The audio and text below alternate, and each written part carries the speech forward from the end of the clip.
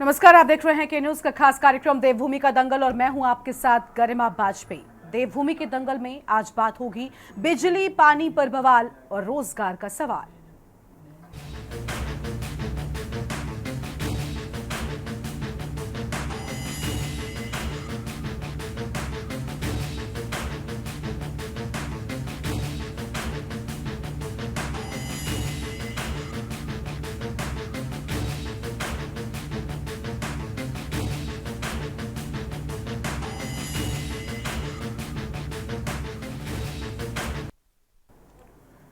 उत्तराखंड की धामी सरकार की ओर से पिछले साल आयोजित की गई ग्लोबल इन्वेस्टर समिट के सकारात्मक परिणाम दिखने लगे हैं। दरअसल देश का प्रमुख औद्योगिक समूह टाटा ग्रुप उत्तराखंड में बड़ा निवेश करने जा रहा है। इसके तहत टाटा ग्रुप उधम सिंह नगर में इलेक्ट्रॉनिक सिटी विकसित करेगा। सचिव आर मीनाक्षी सुंदरम ने बताया है कि इलेक्ट्रॉनिक सिटी के लिए टाटा ग्रुप के अधिकारी उधम सिंह नगर में खुपरिया फार्म का मुआयना कर चुके हैं। टाटा के इलेक्ट्रॉनिक्स प्रोजेक्ट में सहयोगी ताइवान की कंपनियों के प्रतिनिधि जनवरी 2025 में उत्तराखंड आएंगे। उनका कार्यक्रम तय हो गया है। इससे 10,000 लोगों को रोजगार मिलने की संभावना भी है। उन्होंने बताया कि टाटा ने इस प्रोजेक्ट के लिए उत्तराखंड में राहुल जैन को नोडल अधिकारी नियुक्त किया है। संभावना है कि 2025 के बीच निर्माण कार्य शुरू कर दिया जाएगा। वहीं भाजपा टाटा समूह की ओर से उत्तराखंड में निवेश करने के फैसले को सरकार की बड़ी जीत बता रही है। भाजपा का यह कहना है कि जो कांग्रेस इन्वेस्टर समिट पर सवाल उठा रही थी, आज उसे जवाब मिल गया है। तो वहीं कांग्रेस ने भाजपा को इंतजार करने की सलाह दी है। कांग्रेस का कहना है कि साल 2025 तक निर्माण कार्य शुरू होने की संभावना है और कांग्रेस का कहना है कि राज्य में बिगड़ी कानून व्यवस्था, मूलभूत सुविधाओं का अभाव उद्योगों को स्थापित नहीं करने दे रहा है। अब सवाल यह है कि क्या टाटा समूह उत्तराखंड में इलेक्ट्रॉनिक सिटी विकसित करने के लिए गंभीर है? क्या धामी की ग्लोबल इन्वेस्टर समिट का कमाल अब दिखने लगा है? क्या राज्य के बेरोजगार युवाओं के हाथों को अब रोजगार मिलने जा रहा है? आज इसी मुद्दे पर होगी विस्तार से चर्चा, लेकिन उससे पहले एक नजर आज की इस खास रिपोर्ट पर डालिए।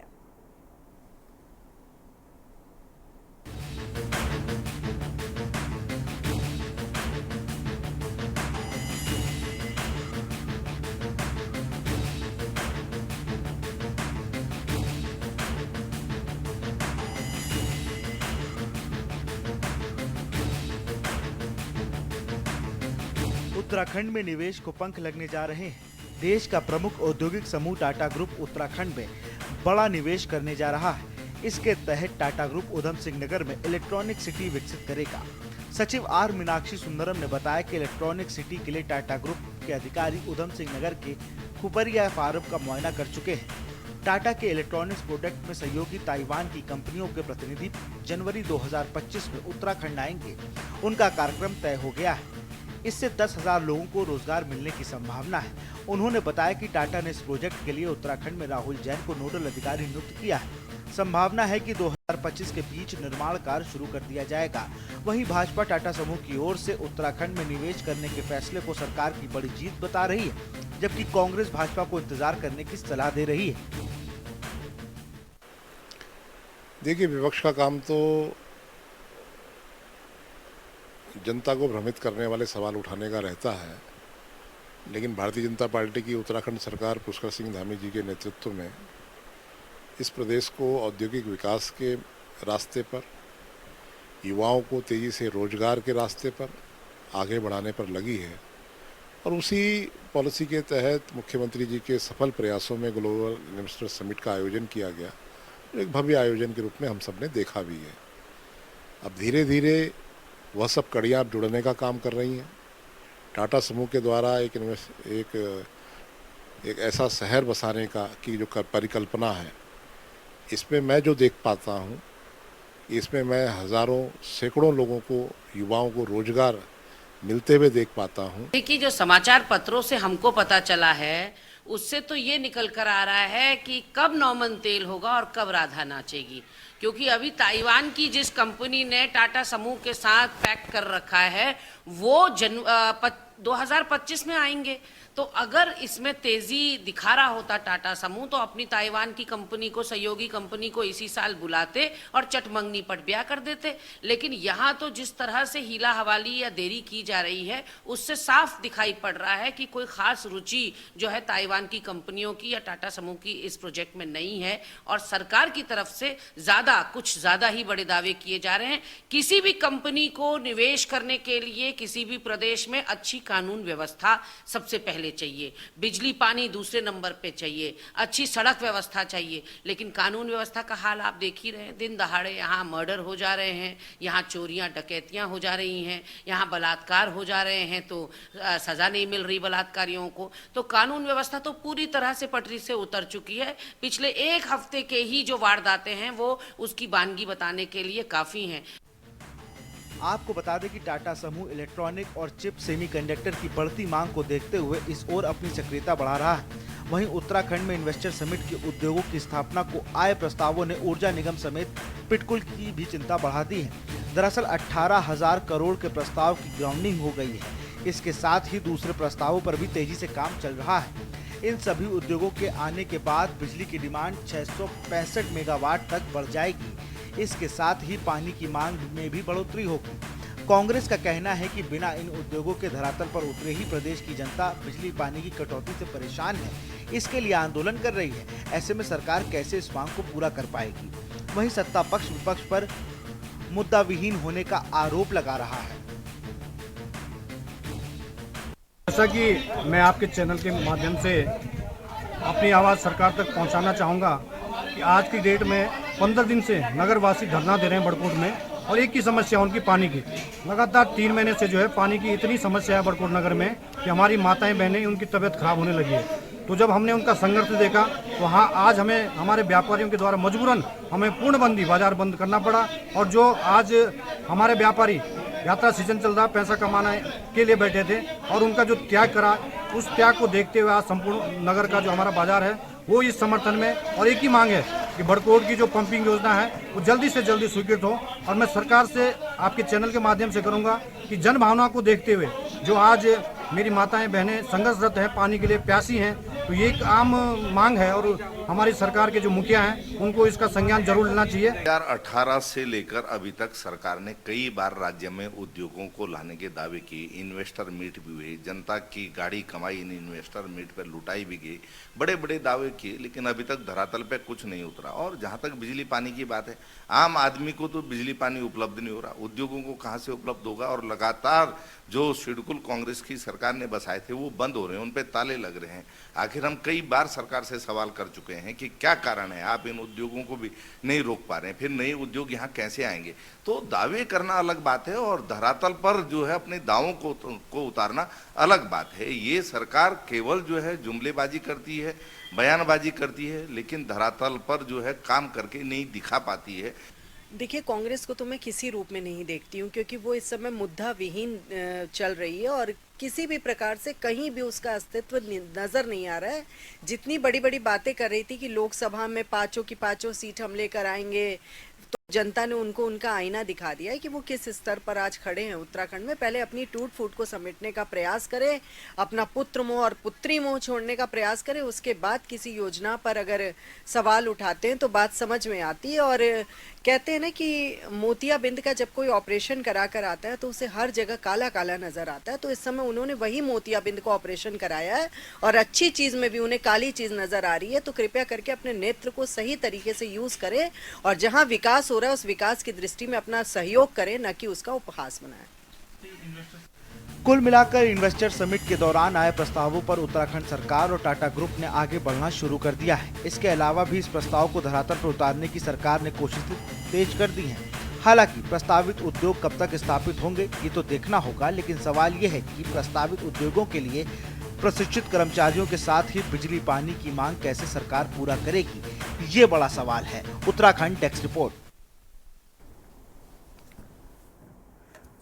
और आज इस मुद्दे पर होगी विस्तार से चर्चा। हमारे साथ में खास मेहमानों का पैनल जुड़ चुका है। सबसे पहले इनसे आपको हम रूबरू कराते हैं। हमारे साथ में है राजेश मिश्र जी, प्रदेश प्रवक्ता हैं भारतीय जनता पार्टी की ओर से हो, और हमारे साथ में शीशपाल सिंह साहब है, प्रदेश प्रवक्ता कांग्रेस पार्टी की ओर से। दीपक रावत हमारे साथ में है, केंद्रीय प्रवक्ता है यूकेडी की ओर से, और इसके साथ ही उदित घड़ियाल साहब हमारे साथ में है, समाज सेवी हैं। आज चर्चा करेंगे बीजेपी के साथ में राजेश जी हैं। राजेश जी, एक तरफ कांग्रेस पार्टी है जो ये कह रही है कि भाई कब 9 मन तेल होगा और कब राधा नाचेगी जी। जो समिट हुआ था उसको लेकर अब तक बहुत लंबा वक्त हो चुका है, लेकिन उसका असर अभी तक नहीं दिखा था। हालांकि अब ये जानकारी मिल रही है कि टाटा समूह की ओर से एक बड़ा प्लांट लगाया जाएगा, लेकिन वही है ना कि इतना लंबा वक्त लग रहा है कि सवाल अपने आप उठ रहे हैं। क्या वजह है इसकी आखिर? जब बड़े बड़े दावे किए गए थे तो इतनी देरी क्यों हुई आखिर?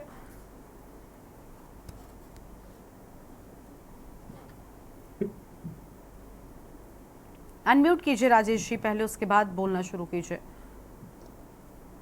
आवाज आ रही है गरिमा जी? जी बोलिए। मैं आपको ये कहना चाहता हूँ, कांग्रेस पार्टी की जो निचले स्तर की मानसिकता है, कुंठित मानसिकता है, इस कुंठित मानसिकता से हमें साफ समझ आ रहा है कि एक तरफ तो प्रदेश में चुनी हुई सरकार अपने 8 महीने के इस ग्लोबल समिट के अंदर ही इतनी बड़ी जो विश्व की सबसे बड़ी कंपनी है टाटा समूह को इस प्रदेश के अंदर व्यवस्था दे रही है कि वो हमारे प्रदेश के अंदर आके हमारे बेरोजगार युवाओं को रोजगार देने का काम करें। वो आपके मीडिया के माध्यम से उन्हें डराने का काम कर रहे हैं। ये बहुत दुर्भाग्यपूर्ण है कि कांग्रेस जैसी राष्ट्रीय पार्टी जो इस देश की सबसे पहली चुनी हुई सरकार बनाने वाली पार्टी है, वो अपनी बात को मीडिया के माध्यम से इतनी नकारात्मकता से रखती है। इस प्रदेश में अगर आप आते हैं, यहाँ पे मर्डर कर दिए जाते हैं, इस प्रदेश के अंदर अगर आप आते हैं यहाँ पे रेप कर दिया जाता है। सबसे पहले तो अपने प्रदेश की गरिमा को बचाने की बात है, और वही गरिमा जी जो इनकी प्रवक्ता हैं वो इस तरह की निचले स्तर की बात करती है। मैं बिल्कुल भी उनकी बात से मतलब मुझे बड़ी पीड़ा सी हुई कि ऐसी महिला होने के बाद वो ऐसी बातें ऐसे बड़े प्लेटफॉर्म पे कह रही है जो उनको कहने से बचना चाहिए। अभी हम बात कर रहे हैं ग्लोबल समिट की। मैं ग्लोबल समिट के बारे में आपको बता देता हूँ। देखिए, दिसंबर 8 या 9 तारीख को ग्लोबल समिट हुआ। इस प्रदेश के यशस्वी और युवा मुख्यमंत्री ने प्रयास किया कि विश्व के अनेक देशों में जाने के बाद, इस देश के अनेक राज्यों में जाने के बाद जो उन्होंने रोड शो किया, उनका पूर्णतः विश्वास था कि जो रोड शो वो कर रहे हैं या जिन देशों में जाके वो इस प्रदेश के अंदर इस बड़ी बड़ी कंपनियों को लाने का काम कर रहे हैं, उसमें सभी पार्टियों से सहयोग प्रार्थनीय है। दूसरा, जो इस प्रदेश के अंदर बेरोजगारी का इस समय युवाओं का जो एक समूह सा हो रहा है, जिनको ये लग रहा है कि इस प्रदेश के अंदर हमें रोजगार नहीं मिल पा रहा है, हमें प्रदेश छोड़ के जाना पड़ रहा है, और बहुत दुखी मन से उन्हें कहना पड़ता है कि पलायन एक बड़ी संख्या में हो रहा, उसको व्यवस्थित करने के लिए, उस पलायन को रोकने के लिए आदरणीय मुख्यमंत्री जो प्रयास कर रहे हैं उसमें सबका सपोर्ट होना चाहिए। ठीक है। अगर हम सबके सब नेगेटिविटी से ही अगर हमारे किए हुए प्रयासों पे उंगली उठाने का काम करेंगे, आरोप लगाने का काम करेंगे, तो काम कैसे चलेगा? तो मैं मान के चलता हूं जो ये प्रयास हो रहे हैं बहुत अच्छे प्रयास हो रहे हैं, और इस प्रदेश के अंदर बहुत जल्द बड़ी कंपनियां अपना सेटअप लगाएंगे और हमारे प्रदेश के बेरोजगार युवाओं को रोजगार मिलेगा। ठीक है। देखिए, उम्मीद तो ये है कि प्रदेश के बेरोजगार युवाओं को रोजगार मिले, और ये बातें आपकी ओर से भी बहुत पहले से की जा रही थी। अगर वक्त आंकड़ों पर नजर डाल लीजिए तो सर कितना वक्त हो चुका है ग्लोबल समिट को? क्या अब तक नहीं हो जाना चाहिए था? जब ग्लोबल समिट हो रहा था कांग्रेस पार्टी तो उस दौरान भी बड़े सवाल खड़े कर रही थी, लेकिन उस दौरान भी यही कहा जा रहा था कि अभी कम से कम होने तो दीजिए। आप उसके होने से पहले ही अगर सवाल पूछेंगे तो जवाब कैसे दिया जाएगा? लेकिन हो गया और लंबा वक्त हो गया। उसके बाद जब एक काफी लंबे वक्त तक कुछ उसका नतीजा देखने को नहीं मिला, सवाल तो तब उठे हैं ना। ठीक है, अब कांग्रेस पार्टी से जवाब लेते हैं। शीशपाल जी हमारे साथ में। शीशपाल जी, राजेश जी को आपने सुन लिया होगा, वो कह रहे हैं कि बहुत जल्द रोजगार जो है, रोजगार का पिटारा खुल जाएगा, उत्तराखंड के युवाओं के लिए बड़ा मौका होगा। लेकिन ये शब्द, ये जो लाइनें बोली जा रही हैं, ये तो मैंने ग्लोबल समिट के दौरान भी बीजेपी के प्रवक्ताओं से खूब सुनी थी। ये जो है कांग्रेस निचले स्तर की बात, हम निचले स्तर की बात करते हैं। हम जो है आम जो बेरोजगार है, जो आम ग्रामीण व्यक्ति है, जो सबसे दूर दराज का व्यक्ति है, हम उसके बारे में भी सोचते हैं। और हम कह रहे हैं कि 7 साल से भाजपा सरकार बयानबाजी से आगे कब बढ़ी है। आप देखिए 2018 में भी इन्वेस्टर मीट हुआ था, तब भी सरकार ने जो है बड़े बड़े दावे किए। और इसी बार के इन्वेस्टर मीट की आप बात कर लीजिए, इस बार के इन्वेस्टर मीट को भी लंबा समय हो गया। तब कहा था कि 40,000 करोड़ रुपए की ग्राउंडिंग तो जो है इन्वेस्टर मीट की शुरुआत में ही हो गई। अभी तक वो ग्राउंड से जो है बाहर नहीं आया मामला। अब फिर कहा जा रहा है टाटा समूह आएगा, इलेक्ट्रॉनिक सिटी बनाएगा। अच्छी बात है, अगर कोई समूह आता है, कोई सिटी बनाता है, हमारे बेरोजगारों को रोजगार मिलता है। हम तो 2018 से कह रहे हैं भाई करके दिखाइए ना, रोजगार मिलेगा, उद्योग आएगा, लगेगा तो दिखेगा। लेकिन भाजपा सरकार में केवल बयानबाजी दिखती है, अखबारों में हेडलाइन दिखती है, लेकिन धरातल पे उद्योग नहीं उतरते, रोजगार जो है नहीं आते हैं, तब जाकर के हमें परेशानी होती है। और कोई भी बड़ा ग्रुप अगर राज्य में आएगा, निश्चित तौर पर वो देखेगा कि उस राज्य में जो है कानून व्यवस्था कैसी है, उस राज्य में जो है इलेक्ट्रिसिटी की व्यवस्था क्या है, उसको 24 घंटे बिजली मिलेगी कि नहीं मिलेगी, पानी मिलेगा कि नहीं मिलेगा। तो ये तो मूलभूत चीजें हैं। और सरकारी सिस्टम कैसा है, जो है सिंगल विंडो सिस्टम की बात बार बार होती है गरिमा जी, लेकिन वो सिंगल विंडो सिस्टम उद्योगों के लिए आज तक मुझे दिखाई नहीं दिया, वरना तो उद्योगों की भरमार हो जाती। जितने दावे मुख्यमंत्री और भाजपा सरकार ने किए, उल्टा जो उद्योग कांग्रेस की सरकार में देहरादून में सिटकुल बसा करके लाए गए थे, हरिद्वार में सिटकुल बसा करके लाए गए थे, उधम सिंह नगर में सिटकुल बसा करके लाए गए थे। आप देखिए ज्यादातर पर ताले लग रहे, क्यों बंद करके वो जा रहे हैं? कम से कम उनका दुख दर्द तो पूछिए, उनकी समस्याओं का समाधान कीजिए जनाब।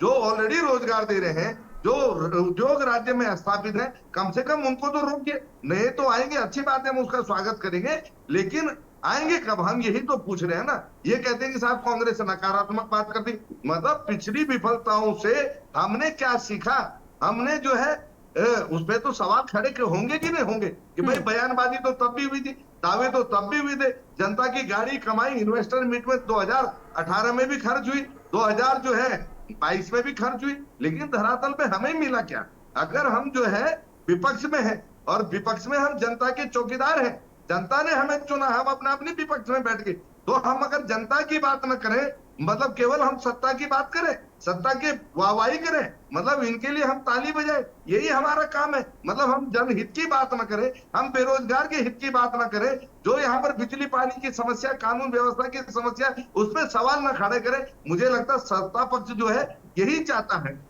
आप अगर काम करके दिखाएंगे, आपकी सरकार अगर जो है कामयाब होती, राज्य में अगर जो है विकास कर पाती, उद्योग ला पाती, रोजगार दे पाती, तो सवाल खड़े न होते। लेकिन आप बेरोजगारों से पूछिए ना गरिमा जी, कितना रोजगार मिला? अभी भी बेरोजगार धरने पे बैठे हुए हैं, लेकिन सरकार दावे करती थी कि साहब अब तक हमने जो है सबसे ज्यादा रोजगार दिए। भाई दिए किसे, आप बताए ना। आपने बिहार के लोगों को रोजगार दिए, आपने यूपी हरियाणा के लोगों को रोजगार दिए, या उत्तराखंड के लोगों को रोजगार दिए, वो डाटा ये दे नहीं पाते हैं। तो जो है दावे हकीकत में कब बदलेंगे, यही जो है कांग्रेस पार्टी पूछ रही है। और कांग्रेस पार्टी भी तभी पूछती है जब बेरोजगार सवाल खड़े करते हैं, जब जनता के पीछे जो है सवाल खड़े होते हैं। लेकिन सरकार दावों से आगे कब बढ़ेगी, ये हम इनसे पूछना चाहते हैं। अब यही इलेक्ट्रॉनिक सिटी की बात है गरिमा जी, सरकार जो है दावा करेगी आएगी, लेकिन कब आएगी साहब? ताइवान की कंपनी के साथ टाई अप है, वो जो है 2025 में आएगी।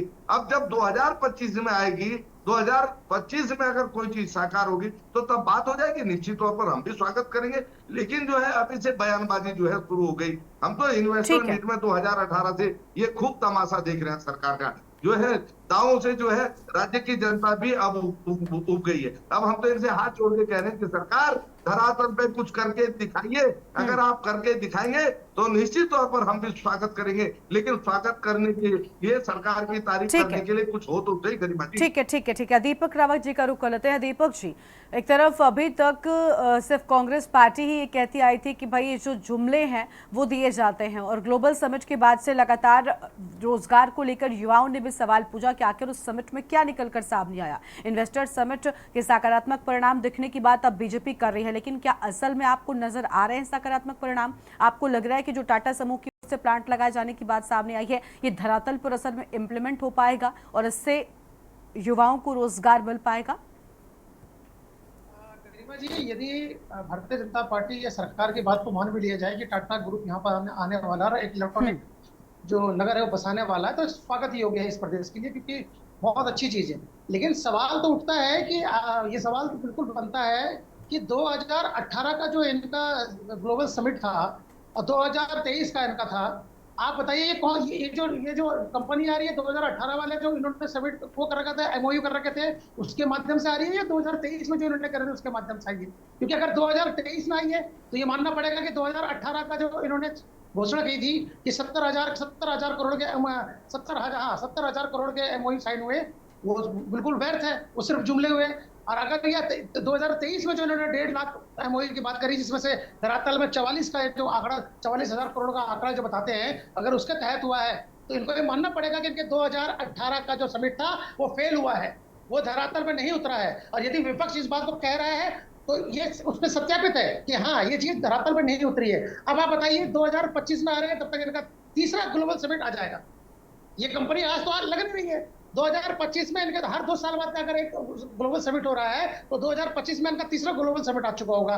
तब ये वाली जो कंपनी है तब ये सोच रही होगी, तब वो निर्णय लेगी। तो जो त्वरित जो हमें चाहिए कि आप इस तरीके से कोई व्यवस्था बनाएं कि जो यहाँ के जो बेरोजगार हैं उन्हें रोजगार मिले। उत्तराखंड क्रांति दल का स्पष्ट मानना है कि 75 से 80% लोगों का जो रोजगार होना चाहिए, तो कोई भी कंपनी ग्लोबल कंपनी आती है यहाँ स्थानीय लोगों का रोजगार उसमें होना चाहिए। क्या ये सुनिश्चित करती है सरकार? आप बताइए जितने भी सिडकुल में पिडकुल में लगे हुए लोग हैं यहाँ कितने लोग रोजगार करके। ये प्रदेश इसलिए नहीं बनाया गया था कि बाहर से आने वाले लोग उन कंपनियों में रोजगार करें। ये प्रदेश बनाया इसलिए गया था कि यहाँ के स्थानीय लोगों को रोजगार मिले। लेकिन सरकार की नीति बिल्कुल इससे उलट है। आज ये आपको आंकड़ा राज्य सरकार प्रस्तुत नहीं कर सकती है कि पिछले 7 साल से जब तक उत्तराखंड क्रांति दल इस बात की मांग करता है कि भारतीय जनता पार्टी इसमें शासन कर रही है, तो आप बताइए कितने स्थानीय रोजगार और बेरोजगारों को आपने रोजगार दिया? ऐसा कोई रिकॉर्ड नहीं है इनके पास। लेकिन सिर्फ ये कहना कि हाँ रोजगार स्वागत है, अगर ये कंपनी आती है तो उत्तराखंड क्रांति दल को स्वागत करता है, लेकिन धरातल में उतरे तो सही। आप बताइए ना, हजारों करोड़ का इनका एमओयू होता है और आज ये टाटा की कंपनी के बारे में बात कर रहे हैं। तो प्रश्न क्यों ना उठाए विपक्ष इनके 2018 के समिट का जो रिकॉर्ड है, ये 2023 का जो समिट का रिकॉर्ड है, ये प्रश्न तो इनको उठाना पड़ेगा ना। तो आप स्वागत योग्य बात है, लेकिन वो धरातल पर तो उतरे और उसके बाद फिर दूसरा समिट आ जाएगा इनका। तो ये जो एक तरीके से मिथ्या प्रचार जो होता है, ये जो जनता का बेवकूफ बनाया जाता है, हम चाहते हैं सरकार ऐसी ठीक है। यानी आपको लग रहा है कि उन दावों में सच कुछ भी नहीं था, सिर्फ और सिर्फ जनता को यहाँ पर बड़े बड़े सपने दिखाए गए जो कि सच नहीं हुए। गरिमा जी आप ये बताइए इस बात को कि हम तो इसमें स्पष्ट कर चुके, 2018 का समिट आपके सामने हुआ था ना, 70,000 करोड़ का एमओयू की घोषणा सरकार ने की थी ना। आप बताइए कौन सी बड़ी कंपनी आई है पूरे प्रदेश में? 2018 की बात कर रहा हूं मैं। ठीक है, आप एक कंपनी का नाम बता, जैसे आज ये बोल रहे हैं यहाँ पर आके टाटा आ रही है, आप मुझे बताइए 2018 का 70,000 करोड़ के एमओयू सरकार ने बोला था, कौन सी कंपनी आई मुझे बताइए आप। ठीक है, अब ये 23 वाली बात कर लीजिए जिसमें ये 1.5 लाख करोड़ के एमओयू की बात करते हैं। विषय ये नहीं है, आप बड़ी बड़ी बातें बोलते हैं, धरातल में लाइए, विपक्ष आपका सहयोग करेगा, चाहे कांग्रेस हो या यूकेडी हो, तमाम विपक्ष। लेकिन आप खाली जुमलेबाजी करेंगे, आप खाली बयानबाजी करेंगे, आप खाली जनता को भड़काने के लिए या मीडिया के सुर्खियों में बने रहने के लिए आप स्टेटमेंट जारी कर देंगे, इससे थोड़ी कुछ होने वाला है। ठीक है। जनता को जब तक रोजगार नहीं मिलेगा, जनता को यहाँ पर जब रोजगार नहीं मिलेगा, ठीक है। यानी कुल मिलाकर वही बात ना कि बयानबाजियां तो बहुत बड़ी बड़ी हुई, सपने बड़े बड़े दिखाए गए, लेकिन असल में जनता के हाथ में कुछ भी नहीं लगा। यही वजह की सवाल उठ रहा है। ठीक है, अब हमारे साथ में उदित जी है, उनका रुख कर लेते हैं। उदित जी समाज सेवी हैं, बहुत स्वागत सर आपका भी। उदित जी देखिए, राजनीतिक दल एक दूसरे पर आरोप प्रत्यारोप लगाएं तो वहां पर कई बार चीजें ठीक नहीं भी होती है, क्योंकि वो विरोधी हैं, या हम कह लें कि आरोप प्रत्यारोप तो उनके चलते ही रहेंगे। अब ये आप बताइए कि आपको क्या लग रहा है कि चाहे 2018 का समिट हो या 2023 में जो समिट हुआ, क्या कोई फायदा हुआ असल में जनता को? उत्तराखंड का भला हुआ क्या इन समिट से? जी देखिए, अगर ये जो इलेक्ट्रॉनिक सिटी बनाने की बात टाटा ने कही है, अगर ये टाटा ने कही है तो फिर टाटा इस समय विश्वसनीयता पे तो नंबर 1 आता है भारत में, तो टाटा अवश्य बनाएगा। बड़ी अच्छी बात है, स्वागत योग्य है। टाटा अगर एस्टेब्लिशमेंट कर रहा है, उत्तराखंड को जरूरत है।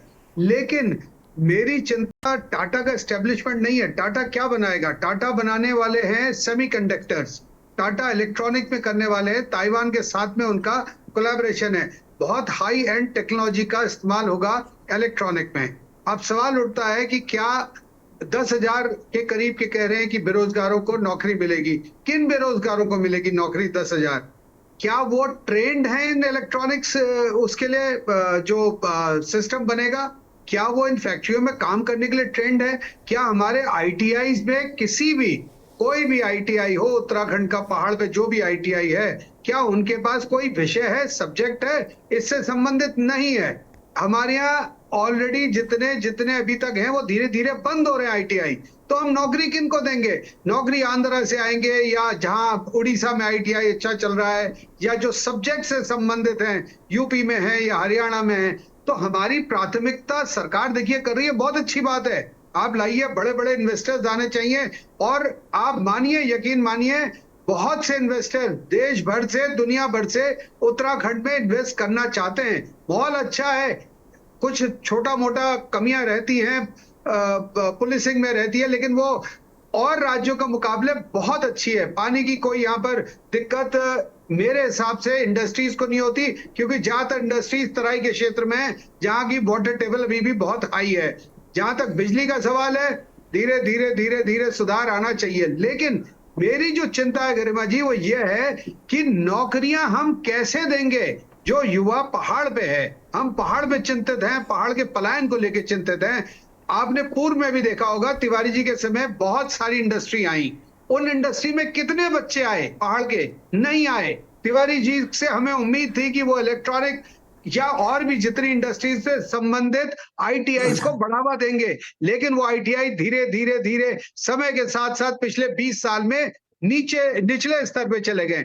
अगर हमने आईटीआई आज नहीं रिवाइव करा, और मैं तो कहूंगा जो भी आईटीआई है वो इन इंडस्ट्रीज के साथ में आप कर दीजिए ना अटैच, वो आराम से अपने हिसाब से कोर्स चलाएंगे। हमारे पास आज भी वही सिलाई का कोर्स चल रहा है, कहीं मेकअप का कोर्स चल रहा है। हमें इससे बाहर निकलना है, अन्य राज्यों के साथ में हमें compete करना है। तो टाटा ने कहा है तो टाटा आएगा, लेकिन टाटा आने के बाद हमारे बेरोजगारों का क्या होगा? क्या उनको रोजगार मिलेगा? यह देखने वाली बात है, और सरकार इसमें कितनी जल्दी अपना कदम उठाती है वो महत्वपूर्ण है।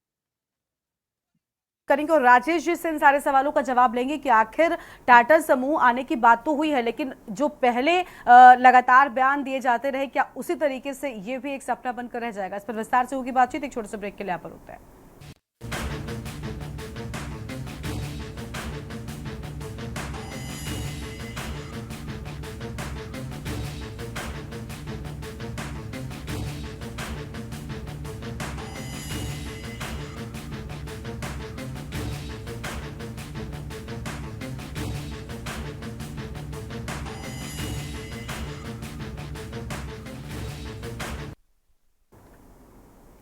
देखिए, देवभूमि के दंगल में लगातार हम बात कर रहे हैं रोजगार को लेकर, क्योंकि लगातार अब युवा सरकार से सवाल कर रहे हैं कि जो समिट हुए थे उसके बाद से रोजगारों का क्या हुआ, और लगातार ये पूछा जा रहा है कि जिसके बड़े बड़े दावे किए जा रहे थे वो दावे आकर सच क्यों नहीं हुए। राजेश जी, आप हमारे साथ में लगातार बने हुए थे और आपने सभी प्रवक्ताओं की बात भी सुनी, चाहे वो समाज सेवी हुई या यूकेडी की ओर से। हर किसी का यही कहना है कि सर, धरातल पर जब तक सच नजर नहीं आता तब तक सपने दिखाए जाने से कुछ नहीं होता। सपने खूब दिखाए गए थे, मुझे भी याद है 2018 के समिट के भी जब हो रहा था उस दौरान, तब जब उसका जिक्र होता था तो आप लोग कहते थे कि देखिए 2018 की बात अलग थी, अब इंतजार कीजिए, हम डबल इंजन की सरकार हैं, हम सब करके दिखाएंगे। लेकिन स्टिल अभी भी चीजें वहीं पर अटकी हुई हैं।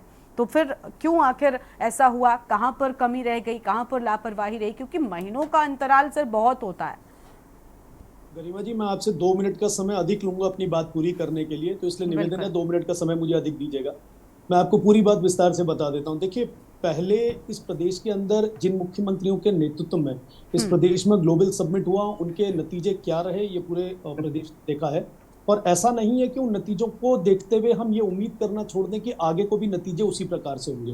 देखिए, उम्मीद पे दुनिया टिकी हुई है, और एक युवा और यशस्वी मुख्यमंत्री इस प्रदेश को मिला है जो कहीं ना कहीं ये प्रयास कर रहे हैं कि इस प्रदेश के अंदर सारी व्यवस्थाएं जो खास तौर पे बेरोजगारी और पलायन को देखते हुए हो रही है, उस पर कोई निष्कर्ष ऐसा निकले जो जमीनी तौर पे काम होते हुए भी दिखे, और इस प्रदेश के युवाओं को ये प्रदेश छोड़कर जाना भी ना पड़े। मैं बता देता हूं, जिस प्रकार से उन्होंने बीते दिनों लगभग 8 महीने पहले विश्व के कुछ हिस्सों में जाने के बाद, प्रदेश के कुछ हिस्सों को में जाने के बाद लगभग 3.5 लाख करोड़ के निवेश को इस प्रदेश के अंदर लाने का प्रयास किया है। उसके बाद 1333 MOU साइन हुए हैं। लगभग 4 करोड़ 80 लाख के निवेश इस प्रदेश में आने की संभावना बनी हुई है। अब मैं कुछ सेक्टर्स आपको बता देता हूं, जिन सेक्टर्स के अंदर सिर्फ आईटीआई वाले नहीं, हर संभावनाओं वाली ही सारी बातें क्यों हैं?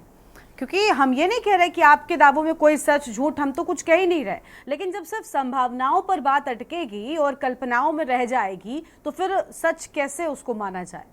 गरिमा जी, देखिए, मैंने आपसे पहले ही अपनी बात नहीं, आप दो, क्या मैं आपको 3 मिनट दूंगी, लेकिन मैं सवाल तो आपसे कर सकती हूँ। नहीं, मैं समय की बात नहीं कर रहा हूँ। मैंने आपसे कहा पिछले इस प्रदेश के समय में जिस भी मुख्यमंत्री के कार्यकाल में इस प्रदेश को जो भी सौगात मिली, मैं उससे इतर होकर आपको ये कहना चाहता हूं कि अभी का जो समय, एक युवा मुख्यमंत्री ने जब कमान संभाली है और इस नेतृत्व को लिया है, तो विश्वास करना पड़ेगा हमें। विश्वास सर, कितना वक्त हो गया आपके मुख्यमंत्री को? कितना वक्त हो गया आपकी डबल इंजन की सरकार को? देखिए, सारी चीजें आपकी ठीक है, लंबा समय हो गया हमें। 2021 में आदरणीय पुष्कर सिंह धामी जी ने इस प्रदेश में कमान संभाली थी और निरंतर, उसके पहले भी आपके ही मुख्यमंत्री थे। क्या युवा मुख्यमंत्री होगा तभी युवाओं के बारे में सोचेगा? देखिए, सारे का ये तर्क तो मुझे लगता है बिल्कुल अलग हो जाएगा। एक कक्षा में बहुत सारे बच्चे होते हैं, सभी 100 मार्क लाने वाले बच्चे नहीं होते, सभी फर्स्ट आने वाले बच्चे नहीं होते। शिक्षा उनको हर कोई शिक्षक इससे एक ही प्रकार की देता है, लेकिन हर कोई उत्तीर्ण अच्छे नंबरों से हो जाए ये कह पाना मुश्किल होता है। मैं आपको बता देता हूँ, कुछ सेक्टर्स आपको बताना चाहता हूं। 24 अलग अलग सेक्टर्स में इस प्रदेश के अंदर रोजगार बढ़ेंगे।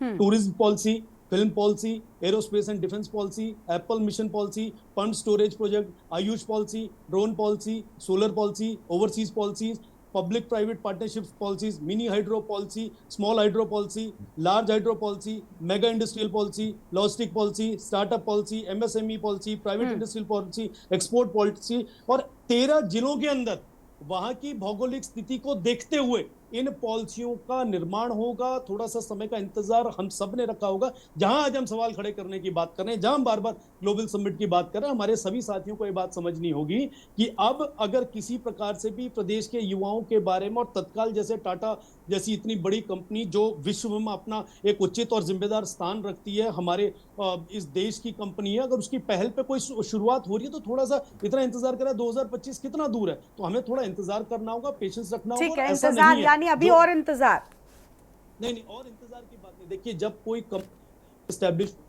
तो इस एस्टैब्लिशमेंट के लिए हर चीज के तैयारी होती है। ऐसा नहीं है कि हमने कोई चीज उठा के कहीं पे रख देनी। जब सेटअप तैयार होगा तो निश्चित रूप से उसके इंफ्रास्ट्रक्चर के लिए, उनकी बुनियादी सुविधाओं के लिए समय लगता है, और इस समय का हमने सर, लेकिन हाँ, बिल्कुल ठीक कह रहे हैं। हमने ये नहीं कहते कि एक दिन में ही पूरा सेटअप खड़ा हो जाता है, लेकिन यही बात है ना कि अब आपने सेटअप ही अगर 6 महीने बाद लगाना शुरू किया है, तो उम्मीद ये की जाए कि 6 महीने में सेटअप भी तैयार होगा। देखिए गरिमा जी, दिसंबर में ग्लोबल समिट हुआ और लगभग मार्च से आचार संहिता इस पूरे देश के अंदर लगी चुनाव की। 3 महीना 4 महीना सबने देखा कि चुनाव में पूरा देश व्यस्त रहा, सारे लोग वहां पे व्यस्त थे, तो उसमें ऐसा मुमकिन नहीं हो पाता है कि लोग अपने काम छोड़कर। ठीक है, आप बिल्कुल ठीक कह रहे हैं, लेकिन क्या ये जो इंडस्ट्रीज आएंगी इनका चुनाव से कोई लेना देना था? क्या आचार संहिता का फर्क इन पर पड़ रहा था? क्या सरकारी कंपनियां हैं ये? नहीं, बात सरकारी कंपनियों की, बात प्रदेश के अंदर जब माहौल चुनाव का चल रहा है, किसी चीज के लिए सरकार से तो कहीं चुनाव के दौरान जो प्राइवेट काम है, ऐसा तो मैंने कहीं नहीं पढ़ा कि प्राइवेट काम रुक जाते हैं या प्राइवेट इंडस्ट्रीज कुछ बात नहीं करी मैंने। तो जब सरकार की दखल उनके प्रदेश के अंदर आने में होनी है, ठीक है, उन कंपनी एस्टेब्लिशमेंट के लिए सरकार से कहीं ना कहीं आदेश लेने की जरूरत है, उनसे कोई ना कोई योजना में सहायता लेने की जरूरत है। वो स्थिति में है नहीं ना। अगर टाटा कंपनी चुनाव के समय आती है, कहते चुनावी एजेंडा है, आचार संहिता का उल्लंघन की बात करते हैं, ये कहते देखिए कंपनी का आज ही न्यूज़पेपर्स पे इसलिए दे रहे क्योंकि चुनाव सामने आ गया। सर देखिए, बहानों की अगर बात करेंगे तो कोई भी कैसा भी कहीं भी बनाया जा सकता है, मुझे लगता है उसमें वक्त नहीं लगता है। और मैं बहाने इसलिए कह रही हूँ क्योंकि आपने कहा ना चुनाव का वक्त है, ये सारी चीजें तो पहले भी पता थी ना, तब क्यों नहीं बताया गया कि भाई 6 से 8 महीने लग जाएंगे, ये साल भर लग जाएगा इस समिट के बाद भी। तब तो आपने कहा था कि अभी देखिएगा समिट के बाद किस तरीके से युवाओं को रोजगार मिलेगा, कितने नए प्लांट्स, कितने बड़े बड़े दावे, हजारों करोड़ों के, मतलब करोड़ों और अरबों में बातें होती थी। तो समझिए आपकी किस तरीके के सपने दिखाए गए। ठीक है, नहीं है कंपनी हमसे बाउंड नहीं है। हाँ, बिल्कुल बाउंड नहीं है, लेकिन अगर कंपनी के नाम पर आप दावा कर रहे हैं, कंपनी के नाम पर आप अपनी जनता से ये कह रहे हैं कि ये कंपनी आएगी और ये कंपनी रोजगार देगी, तो क्या आपको ये हक है अगर वो आपके ऊपर बाउंड नहीं है? ये बिल्कुल ठीक है कि कंपनी आप पर बाउंड नहीं है, लेकिन आपने अगर ये बात कही है तो किसी बिना पर कही है। आपने एक समिट बनाया, एक इवेंट किया, उस इवेंट में कंपनी आई, कंपनी ने वादे किए, एमओयूज हुए, डील्स हुई, तब जाकर आप कह पाते हैं ना। तो उन डील्स का, उन एमओयूज का क्या होता है, वो स्पष्ट रूप से जनता तक को क्यों नहीं बताए जाते? बात ये है। राजेश जी, अब सुन लेते हैं इनको, उसके बाद आएंगे आपके पास, हम फिर आपसे जवाब लेंगे। शिषपाल जी कुछ बहुत देर से कहना चाहते हैं। शिषपाल जी, आचार संहिता थी, बहुत सारे फलाना धमाका, बहुत सी बातें निकलकर सामने आई, लेकिन कुल मिलाकर रोजगार नहीं मिला। देखिए गरिमा जी, भाजपा के प्रवक्ता ने खुद ही कह दिया है कि जो पहले के मुख्यमंत्रियों ने ग्लोबल समिट किए हैं, उनमें जो है इच्छा शक्ति नहीं थी, उनका संकल्प मेरे ख्याल में कमजोर था। मैं इनको याद दिला दूं कि जो पहले के मुख्यमंत्रियों ने ग्लोबल समिट के, वो भाजपा के ही मुख्यमंत्री थे, त्रिवेंद्र सिंह रावत जी। कांग्रेस की सरकार में तो कोई ग्लोबल समिट कभी नहीं हुआ। बिना ग्लोबल समिट के ही जो है इतने सिडकुल कांग्रेस की सरकार में बन गए थे, क्योंकि कांग्रेस की सरकार में इच्छा शक्ति थी, निर्णय लेने की क्षमता थी, और उसको धरातल पे उतार के दिखाने की भी जो है क्षमता थी, तो उतार के दिखाया। लेकिन आपने केवल सपने दिखाए, केवल बयानबाजियां की, और आप कह रहे हैं कि जो है प्राइवेट कंपनियां बाउंड नहीं है। फिर आपने क्यों कह दिया कि 3.5 लाख करोड़ के एमओयू है साहब 2022 में, 1.5 लाख करोड़ के एमओयू है 2018 में। एमओयू होता है तो एमओयू में शर्तें होती है, एमओयू में सब कुछ तय होता है। इसका मतलब हवाई बातें हो रही थी गरिमा जी।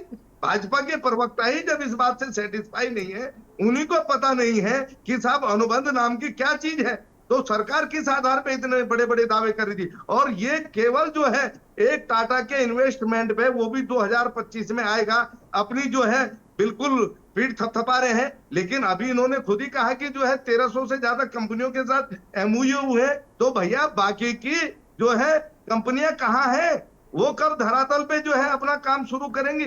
और 2022 के इन्वेस्टर मीट में तो आप कह रहे थे कि साहब विपक्ष आरोप लगाता है, इस बार तो ग्राउंडिंग के साथ जो है इन्वेस्टर मीट की शुरुआत हुई। इन्वेस्टर मीट शुरू होने से पहले ही 40,000 करोड़ की ग्राउंडिंग हो चुकी है। भाई हम भी उस ग्राउंड को देखना चाहते हैं। आप जो है गरिमा जी अपनी टीम को भेजिए, मैं विश्व जी को भी आमंत्रित कर रहा हूं, उदित भाई भी होंगे, हम सब चलेंगे। हम भी उस ग्राउंड को देखना चाहते हैं जहां पर वो 40,000 करोड़ के जो है इन्वेस्ट आपके 2 दिसंबर में उतरे हैं। लेकिन धरातल पे कुछ दिखाने के लिए हो, बयानबाजी हो जाती है। आप अपने ही मुख्यमंत्रियों की कार्यशैली से खुश नहीं है, क्योंकि उत्तराखंड की जनता, उत्तराखंड का बुद्धिजीवी लगातार जो है सवाल कर रहा है। उत्तराखंड के बेरोजगार को आप सपने तो दिखा देते हैं, उत्तराखंड की जनता को आप सपने दिखा देते हैं। मैं कुछ उदाहरण देना चाहूंगा। इनकी सरकार ने जो है 2021 में एक फैसला लिया कि 70,000 करोड़ के जो है पॉली हाउस का जाल बिछाया जाएगा। वो पॉलिस हाउस का जाल नहीं बिछा गरिमा जी, उल्टा उद्यान घोटाला हो गया, जिसमें जो है माननीय हाईकोर्ट को सीबीआई जांच के आदेश देने पड़े। और तब तो ये उस घोटाले को भी नहीं मानते थे, कह रहे कहाँ का घोटाला, किसका घोटाला। लेकिन अब जिस प्रकार के खुलासे हो रहे हैं वो बहुत चिंताजनक है। इनके जो है उद्यान मंत्री का इस्तीफा अब तक आ जाना चाहिए था, लेकिन इनके अंदर जो है नैतिकता और शर्म नाम की चीज नहीं है। दूसरा, इन्होंने कहा लघु जल विद्युत परियोजनाओं के लिए, उसके लिए भी 2022 में मुख्यमंत्री की कैबिनेट ने जो है, यही धामी जी की कैबिनेट ने जो है फैसला लिया। कहा है वो लघु जल विद्युत परियोजनाएं, सपने बड़े दिखाए, उस पर मैं भी कई डिबेटों में बैठा, लेकिन धरातल पे नहीं उतरते हैं। उद्यान के मामले में उद्यान विभाग की फल पट्टी बनेगी, फल प्रसंस्करण के उद्योग लगेंगे, कहाँ है भाई वो सपने। बार बार आपकी कैबिनेट फैसले लेती है, आप जो है उस पर डिबेटें भी होती है, अखबारों की सुर्खियां बनती है, लेकिन सरकार की निर्णय क्षमता, सरकार की जो है काम करने की क्षमता वो नहीं है। अनुभवहीनता के कारण गरिमा जी ये सरकार जो है चीजों को धरातल पे नहीं उतार पा रही है। मैं ये बिल्कुल बेबाकी से कहना चाहूंगा, क्योंकि 2000 जो है 18 से हम लगातार 17 के बाद से यही चीजें देख रहे हैं। सरकार निर्णय लेती है, दावे करती है, लेकिन धरातल पर जो है वो चीजें नहीं उतरती हैं। ये जो है लाल फीताशाही के चंगुल में फंसे हुए हैं। लाल फीताशाही इनको जो चीज सिखाती है, पढ़ाती है, इनके मंत्री, माननीय मुख्यमंत्री उसी चीज को बोलते हैं। लेकिन ये कान पकड़ के क्यों नहीं कहते कि भाई आपने जो है हमसे झूठ क्यों बुलवाए, ये चीज धरातल पे क्यों नहीं उतरती। हमें जनता को जवाब देना है, प्रदेश के बेरोजगार नौजवान को जवाब देना है, लेकिन जो है दावे होते रहेंगे। मैं अभी भी इनके साथ हूं। मैं कहना चाहता हूं कि आप इस जो है इलेक्ट्रॉनिक सिटी के सपने को पूरे कीजिए, धरातल पर उतरिए, हम बिल्कुल जो है इसका स्वागत करेंगे। लेकिन ये जो है समय पर जो है शुरू होना चाहिए, धरातल पे उतरना चाहिए। और उदित घिड़िया जी ने बहुत महत्वपूर्ण बात की कि इसमें उच्च तकनीक का प्रयोग होगा। आपकी ITI, आपके जो है पॉलिटेक्निक, क्या इसके लिए तैयार है?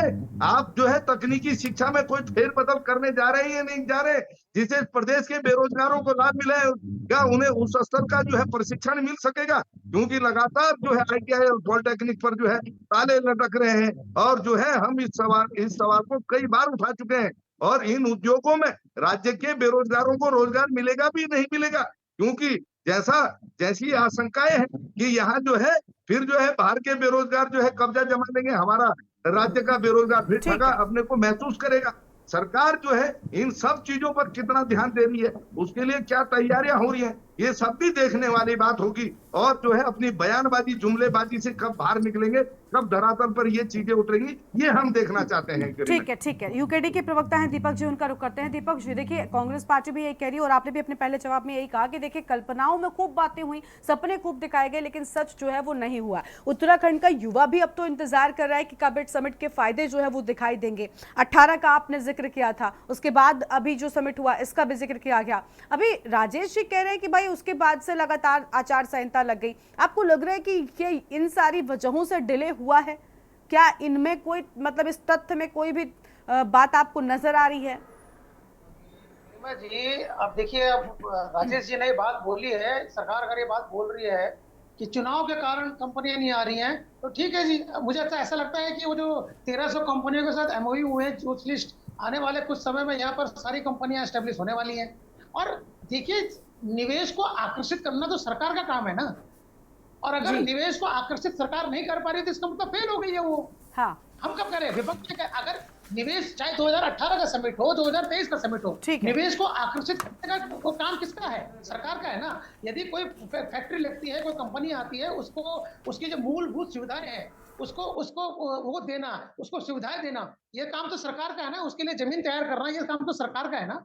अब ये जो विषय है, अब हम तो बिल्कुल सही विषय उठा रखा है कि अगर ये कंपनी आ जाएगी, और टाटा, आपकी जानकारी में दे दूं, टाटा पहली बार इस उत्तराखंड का रुख नहीं कर रही है, ये दूसरी बार कर रही है।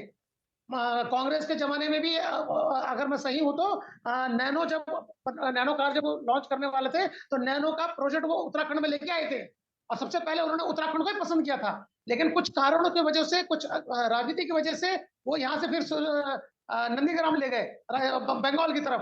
तो हम तो चाहते हैं कि बड़ी बड़ी कंपनियां इस प्रदेश में आए, यहाँ के स्थानीय लोगों को रोजगार मिले, यहाँ के जो बच्चे हैं जो टेक्निकली शिक्षा ग्रहण कर रहे हैं, बीटेक कर रहे हैं, आईटीआई कर रहे हैं, कुछ भी तकनीकी शिक्षा जो ले रहे हैं, उनको यहाँ पर स्थानीय रोजगार मिले, वो यहीं के रहे, उनका पलायन ना हो। लेकिन सरकार को ये चिंता करनी है कि क्या उनकी तैयारी किस लेवल पे है, क्या वो ऐसे शिक्षा दे पा रहे हैं। और मैं बिल्कुल इससे सहमत हूं राशि से कि हमें अपने आईटीआई में सब्जेक्ट्स को चेंज करना पड़ेगा। अभी भी 2 साल बचे हुए हैं, 2025 में आना है, और स्टेब्लिश होते होते उसको कम से कम 4-5 साल लग जाएंगे। उस 4-5 साल के बीच में आप सरकार को सही समय पर निर्णय लेकर आईटीआई को उच्च स्तर पर करना पड़ेगा, शिक्षा उसको करानी पड़ेगी, ताकि जो उनको टेक्निशियन चाहिए, जिस तरह का उनका रिक्वायरमेंट है, उनको लेबर रिक्वायरमेंट चाहिए, वो यहाँ के स्थानीय लोग पूरा कर सके। ठीक है, उदित जी के पास जाते हैं। उदित जी, एक सवाल ये भी था, जिस वक्त समिट की बातें हो रही थी उस दौरान ये भी बहुत विपक्षों की ओर से कहा जा रहा था कि उत्तराखंड उन कंपनियों को ठीक तरीके की चीजें मुहैया ही नहीं करा पाएगा, जिसके चलते भी जो बड़ी कंपनियां वो उत्तराखंड का रुख करेंगी, चाहे वो जमीन को लेकर हो। ये सारी समस्याएं थी, ये सारे लूपहोल्स थे जो विपक्ष गिना रहा था कि ये सारी चीजें आएंगी कंपनियों के सामने, और ये वजह है कि बड़ी कंपनियां कतराएंगी उत्तराखंड में निवेश करने से। क्या वो भी सच हो रहा है कि यही वजह है कि इतनी देरी हुई गई? ये तो एक नाम निकल कर सामने आया ना कि टाटा समूह अपना यहाँ पर प्लांट लगा देगा, लेकिन बहुत सारे डील्स हुए थे, बहुत सारे एमओयूज हुए थे। तो क्या आपको लग रहा है कि सरकार उसमें विफल हो गई? नहीं गरिमा जी, मैं इसको नहीं मानता हूं, क्योंकि अगर हम वापस जाते हैं 2005 में, जब ये इंडस्ट्री 2002-3 के बाद जब ये इंडस्ट्रीज आई हैं सारी की सारी, तो बहुत बड़ी बड़ी इंडस्ट्रीज आई, टाटा आए और अशोक लेलैंड आए, तमाम फार्मास्यूटिकल आए, बहुत सारी कंपनीज आई, क्योंकि उनके लिए अच्छा एक सेटअप तैयार करा गया था। शेड्यूल बड़े अच्छे तैयार हुए, तो कंपनी आना चाहती थी। और फिर अगर आप रिबेट देते हैं, तो आप अगर चाहेंगे बद्रीनाथ जी में इंडस्ट्रीज लगवाना, तो सारी कंपनी आ जाएगी, हकीकत है। दादरा नागर हवेली में लगी है, जो बिल्कुल आप लोग जाने में भी तकलीफ हो जाएगी, दमन में लगी है, हिमाचल में लगी, वो सब बद्दी में लगी, वो सब पैकेजेस की वजह से लगी। इंडस्ट्रीज पैकेजेस को देखती है, बेनिफिट देखती है। अब अगर टाटा बिना पैकेजेस के यहाँ पर सेटअप कर रहा है तो बड़ी बात है, लेकिन मुद्दा वही है, 2003-4 के बाद जो भी इंडस्ट्रीज लगी, उसकी शर्त ये थी कि 70% जो है वो उत्तराखंड मूल के बच्चे उसमें काम करेंगे। लेकिन वो किस कैटेगरी में काम करे वो मैं बोलना नहीं चाहता, वो अच्छा नहीं लगता, हमें भी बुरा लगता है, क्योंकि हमारे पास स्किल नहीं थी। और प्रधानमंत्री जी ने स्पीच बहुत जोर डाला है स्किल डेवलपमेंट के ऊपर, चाइना जो आज तरक्की करा है, जो भी हम इक्विपमेंट देख रहे हैं, गांव-गांव बन रहे हैं, वो स्किल की वजह से बन रहे हैं। उन्होंने स्किल दिया है। हमारे बच्चों के अंदर क्षमता है, इस उत्तराखंड के बच्चों के अंदर क्षमता है। जब उन्हें मौका मिला है, उन्होंने पूरे दुनिया में परफॉर्म करके दिखाया है। बेस्ट शेफ्स में हैं, इलेक्ट्रॉनिक्स में हैं, लेकिन वो हमारे राज्य के बाहर हैं जब उन्हें स्किल मिला है। तो मेरा बार-बार जोर ये रहता है, और हम सरकारों को कोशिश कर रहे हैं, हम ये मनवाने की कोशिश कर रहे हैं कि आप पहाड़ पे या जहां भी आपको उत्तराखंड में स्किल को आप प्रमोट करिए। इंडस्ट्री के अपने अपने मायने होते हैं, अपने तरीके होते हैं। मैं आपको बता रहा हूं कि जब सेटअप हुआ तो ऐसा लगता था कि बाप रे बाप कितना बड़ा उत्तराखंड में सेटअप हो गया है। हरिद्वार में है, उधम सिंह नगर में है, सेलाकुई में है, इंडस्ट्रीज लग रही हैं, लेकिन वो इंडस्ट्रीज अपने फायदे के लिए आती हैं। जब तक उनका फायदा चला, जब तक वो यहाँ रहे, उसके बाद धीरे धीरे करके जाने लगे। लेकिन जो अभी इंडस्ट्रीज हैं मौजूद उत्तराखंड में, उनमें हमारे बहुत कम बच्चे हैं जो हायर स्केल पे हों। लोअर स्केल में तो बहुत बच्चे हैं, लेकिन हायर स्केल पे तो नहीं यानी है। इंडस्ट्री सिर्फ उत्तराखंड में लगी है, लेकिन उत्तराखंड के लोगों को उनका फायदा नहीं हो पा रहा है। तो नहीं हो पा रहा, वो शर्त थी शुरू से, वो इसलिए नहीं हो पा रहा, सरकारों ने उस पर ध्यान नहीं दिया। मैं फिर कह रहा हूँ, स्किल के लिए स्कूल जितने भी आईटीआईज हैं वो धीरे धीरे बंद हो रहे हैं। ये दुखद है। दुनिया में आईटीआई प्राथमिकता है। आईटीआई आईआईटी है, आईआईटी के बाद आईटीआई होता है। सब जगह आईटीआई है ट्रेंड। अगर वो नहीं होंगे तो इतनी बड़ी इंडस्ट्री का आने का हमारे बच्चों को, बेरोजगारों को कोई फायदा नहीं। ठीक है राजेश जी, देखिए जब इंडस्ट्रीज में अगर स्किल्ड बच्चे नहीं होंगे आपके तो कैसे जाएंगे, या स्किल्ड लोग जो रोजगार युवा है अगर वो स्किल्ड नहीं होगा। एक नया मुद्दा यहाँ पर निकल कर आया है उदित जी की ओर से कि बच्चे आपके स्किल्ड ही नहीं है, कैसे उनका सिलेक्शन होगा। इस पर भी तो सरकार को ही ध्यान देना होगा ना। गरिमा जी, आप ये क्यों समझ के चल रहे हैं कि इस प्रदेश के अंदर जो भी कंपनीज आएंगी वो सिर्फ इलेक्ट्रॉनिक कंपनीज आएंगी? मैंने आपको अभी लगभग 30 सेक्टर्स बताए हैं जिसमें जिस बच्चे की जो भी परफॉर्मेंस होगी, जो भी एजुकेशनल क्वालिफिकेशन होगी, उसके हिसाब से वो अलग अलग सेक्टर्स में जाके तैयारी कर सकता है। अब आप ये मान के चल रहे हैं कि फार्मास्यूटिकल्स की कंपनी आएगी तो वहां आईटीआई का बच्चा जाएगा। हम यहाँ पे अभी फार्मिंग की बात करें तो क्या वहां आईटीआई का बच्चा जाएगा? और हम सिर्फ एक आईटीआई क्यों समझ रहे हैं? यहाँ पे और भी क्वालिफिकेशंस हैं जिनको देखकर बच्चे अलग अलग सेक्टर्स में अपनी उपयोगिता के हिसाब से, अपनी जरूरत के हिसाब से वहां ज्वाइन कर सकते हैं। और हाँ, सिर्फ इलेक्ट्रॉनिक कंपनी के अंदर हम ये क्यों मान रहे हैं कि वहां पे आईटीआई के अलावा और कोई काम नहीं होते? क्या क्लरिकल स्टाफ नहीं होता, एडमिनिस्ट्रेटिव स्टाफ नहीं होता, एचआर स्टाफ नहीं होता है, क्लर्क्स वहां पे नहीं होते, फाइनेंस डिपार्टमेंट नहीं होता है? क्या आप चाहते हैं कि सिर्फ आईटीआई के ही बच्चे काम करने वाले इस प्रदेश के अंदर और किसी क्वालिफिकेशन के उदित जी बच्चे कुछ नहीं? कह रहे हैं अपने सवाल में, वो कुछ जोड़ना चाहते हो, एक बार उनको सुनिए, उसके बाद उसका भी जवाब दे दीजिएगा। उदित जी, मेरा कहना यह है, आईटीआई का मतलब केवल इलेक्ट्रॉनिक्स या लेथ मशीन नहीं है। आईटीआई हर सब्जेक्ट में है। आईटीआई हेयर ड्रेसिंग में है, आईटीआई सिलाई गुड़ाई में है, आईटीआई हर चीज में है। हमें आईटीआई का दायरा बढ़ाना पड़ेगा, जो आज तक उत्तराखंड में नहीं बना है। ये मैं हकीकत बता रहा हूँ। आईटीआई हम लोग अभी तक यही मान के चलते हैं कि इलेक्ट्रॉनिक या इंजीनियरिंग से जुड़ा होता है। नहीं, आईटीआई में बहुत सारी चीजें, बहुत सारे स्कोप हैं। सब्जेक्ट में सरकार के पास इस समय पूरी क्षमता है। मोदी जी की नजर उत्तराखंड की तरफ है और हरदम अच्छी नजर रही है, तो हम उसका फायदा ले सकते हैं। अगर युवा हम मान रहे हैं मुख्यमंत्री हैं, तो हमें उसका फायदा लेना चाहिए। तत्काल से इसमें कार्रवाई शुरू हो ताकि बच्चों का भविष्य अच्छा हो। ठीक है राजेश जी। जी गरिमा जी, बिल्कुल गिलडियाल जी की बात बिल्कुल ठीक हो सकती है। मैं भी सहमत हूँ इस बात से कि स्पेसिफिक एक फील्ड के लिए कोई सेक्शन अगर इंडस्ट्रियल ट्रेनिंग इंस्टीट्यूट बना हुआ है तो उसमें कुछ ट्रेड्स बढ़ाए जाएं। लेकिन मैं मान के चलता हूं कि इस प्रदेश के अंदर, इस देश के अंदर जिस तरह से डिजिटल युग आ गया है, हर एक्टिविटीज का एक अलग ही पैटर्न हो गया है, नई नई चीजें सीखने के लिए बच्चे जा रहे हैं। तो मैं ये मान के चला, जो ये कंपनीज आएंगी, इनके जैसे जैसे सेक्टर्स होंगे, उन सेक्टर्स के आधार पर बच्चे जो भी क्वालिफिकेशन ले रहे हैं वो अच्छी जगह पे जाएंगे और अपने हिसाब से अपनी जॉब्स ढूंढेंगे। अभी एक बात निकल कर आ रही थी कि भारतीय जनता पार्टी की सरकार ने बीते जब शासन में रहे, इन्होंने कोई ऐसा काम नहीं किया, कोई ऐसी इंडस्ट्री नहीं लगाई। तो ये दूसरा सवाल जो खड़ा हो रहा है कि 70-75% जो आरक्षण हमारे उत्तराखंड के बच्चों को मिलना चाहिए, तो ये जो आरक्षण लूटा गया है, जिस आरक्षण का हनन हुआ है, तो ये किसके द्वारा हुआ है? जब भारतीय जनता पार्टी ने कोई कंपनियां नहीं लगाई है, जिसको हमारे कांग्रेस के वरिष्ठ साथी ने अभी बयान करा है, तो मैं समझ के चलता हूं कि कांग्रेस की देन है कि बिहार का आदमी आके यहाँ काम कर रहा है, यूपी का आदमी आके यहाँ काम कर रहा है। दूसरी बात, इस देश के अंदर ये मानना, ये कहना बहुत जरूरी है कि ठीक है, प्रदेश के अंदर के युवा को प्रदेश के अंदर रोजगार मिले, ये बहुत अच्छी बात है, लेकिन ये भी हमें साथ साथ देखना होगा कि इस उत्तराखंड के लोग देश के प्रत्येक हिस्से में हैं, और अब अगर हम क्षेत्रवाद और ये वाद अगर हम अभी से करना शुरू कर जाएंगे तो हमारे लोगों को भी अन्य प्रदेशों के अंदर जहां रोजगार ले रहे हैं, रोजगार ढूंढ रहे हैं, वहां पे उनके भी उपयोगिता पे सवाल उठेगा। तो इस तरह की बात ना करें। जो आदमी जिस काबिल होगा देश के हर एक हिस्से में काम करने के लिए स्वतंत्र है। और सबसे इंपॉर्टेंट कि हमारे प्रदेश के बेरोजगारों को इस प्रदेश के अंदर रोजगार मिलना चाहिए, बहुत इंपॉर्टेंट है। इसमें मैं भी बिल्कुल बिल्कुल आप जो कह रहे हैं, अगर आप यही भावना रखते हैं तो बहुत अच्छी भावना है। विपक्ष भी यही कह रहे हैं, कुछ अंतर नहीं है आपके या उनके कहने में, बस चीजें असल में ऐसी हो नहीं पा रही हैं, है ना। ये भी यही शिषपाल जी बैठे हुए कांग्रेस पार्टी की ओर से, इनका भी यही कहना है कि भाई हमारे प्रदेश के युवाओं का भला हो, उनको रोजगार मिले, नया रोजगार के अवसर खुले, यही चाहते हैं। लेकिन डिफरेंसेस कहां पर आ रहे हैं? शिषपाल जी ये भी कह रहे हैं कि भाई हम भी चाहते हैं कि अच्छे जो है बड़ी कंपनीज आए और हर सेक्टर की कंपनीज आए, सिर्फ एक आईटी इलेक्ट्रॉनिक्स तक सीमित तो नहीं है, कई जगहों की बड़ी कंपनीज आई भी हैं। क्या लग रहा है कि कहाँ लूपहोल रह गया? अगर सरकार की मंशा वाकई में रोजगार देने की है तो कमी कहाँ पर रह जा रही है कि आखिर युवा इसका ठीक फायदा उठा नहीं पा रहे हैं?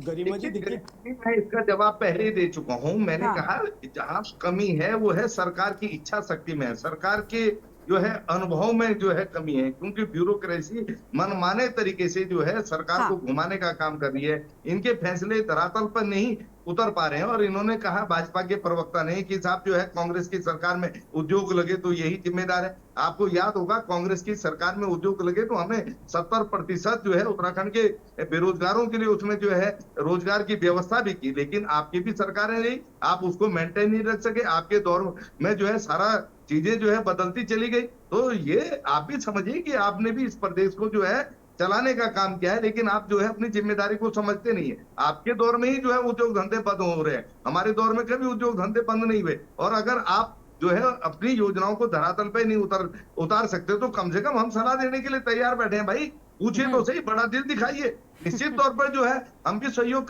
करेंगे। उत्तराखंड हमारा भी प्रदेश है, इस प्रदेश के बेरोजगार नौजवान हमारे भी जो है बेरोजगार नौजवान है, हमारी भी जो है उनके साथ जो है भावनाएं जुड़ी हुई हैं। तो हम चाहते हैं कि सरकार जो कहती है वो चीजें धरातल पे उतरे। हमारी ये मंशा कतई नहीं है कि सरकार केवल घोषणा और बयानबाजी तक सीमित रहे, क्योंकि इस प्रदेश का विकास हो ये उत्तराखंड का प्रत्येक नागरिक चाहता है। उत्तराखंड में चाहे वो पक्ष में है या विपक्ष में हो, राजनीति अलग चीज है, लेकिन यहाँ चिंता की बात गरिमा जी यही है कि सरकार सपने दिखाती है। जैसा मैंने पहले भी कहा, उदाहरण है 2018 का इन्वेस्टर मीट, आप उठाकर देख लीजिए कि सरकार ने कितने एमओयू होने की घोषणा की, उसका तो उद्घाटन ही देश के यशस्वी प्रधानमंत्री नरेंद्र मोदी जी ने किया था। जैसे 2022 के इन्वेस्टर मीट का जो है उद्घाटन किया।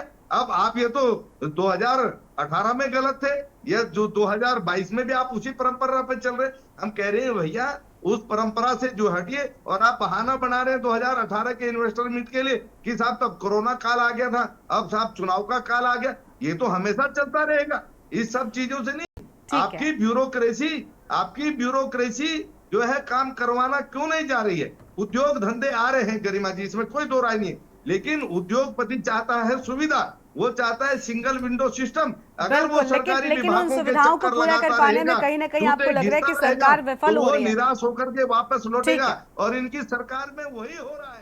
ठीक है, ठीक है। उम्मीद ये है कि देखिए अभी जो सरकार दावे कर रही है वो सच हो, क्योंकि आप सब भी यही चाहते हैं कि दावे सच हो और युवाओं को फायदा हो, युवाओं के लिए रोजगार के नए अवसर खुले। बहुत शुक्रिया आप सभी का हमारे साथ जुड़ने के लिए, चर्चा में अपनी बात रखने के लिए। तो विपक्ष कह रहा है कि सरकार के दावे हवा हवाई हैं, क्योंकि एक तरफ ग्लोबल समिट को एक लंबा वक्त हो चुका है, बावजूद इसके अब तक कई कंपनियों ने रुख नहीं किया। हालांकि कुछ ने यहाँ पर सकारात्मक परिणाम दिखाए हैं, सकारात्मक चीजें नजर आ रही हैं, कुछ के प्लान्स लगने जा रहे हैं, लेकिन अब देखना होगा कि इससे उत्तराखंड के युवाओं को इसमें कितना फायदा और कितना रोजगार मिलता है। देवभूमि के दंगल में आज इतना ही। तमाम खबरों के लिए आप देखते रहिए के न्यूज़ इंडिया।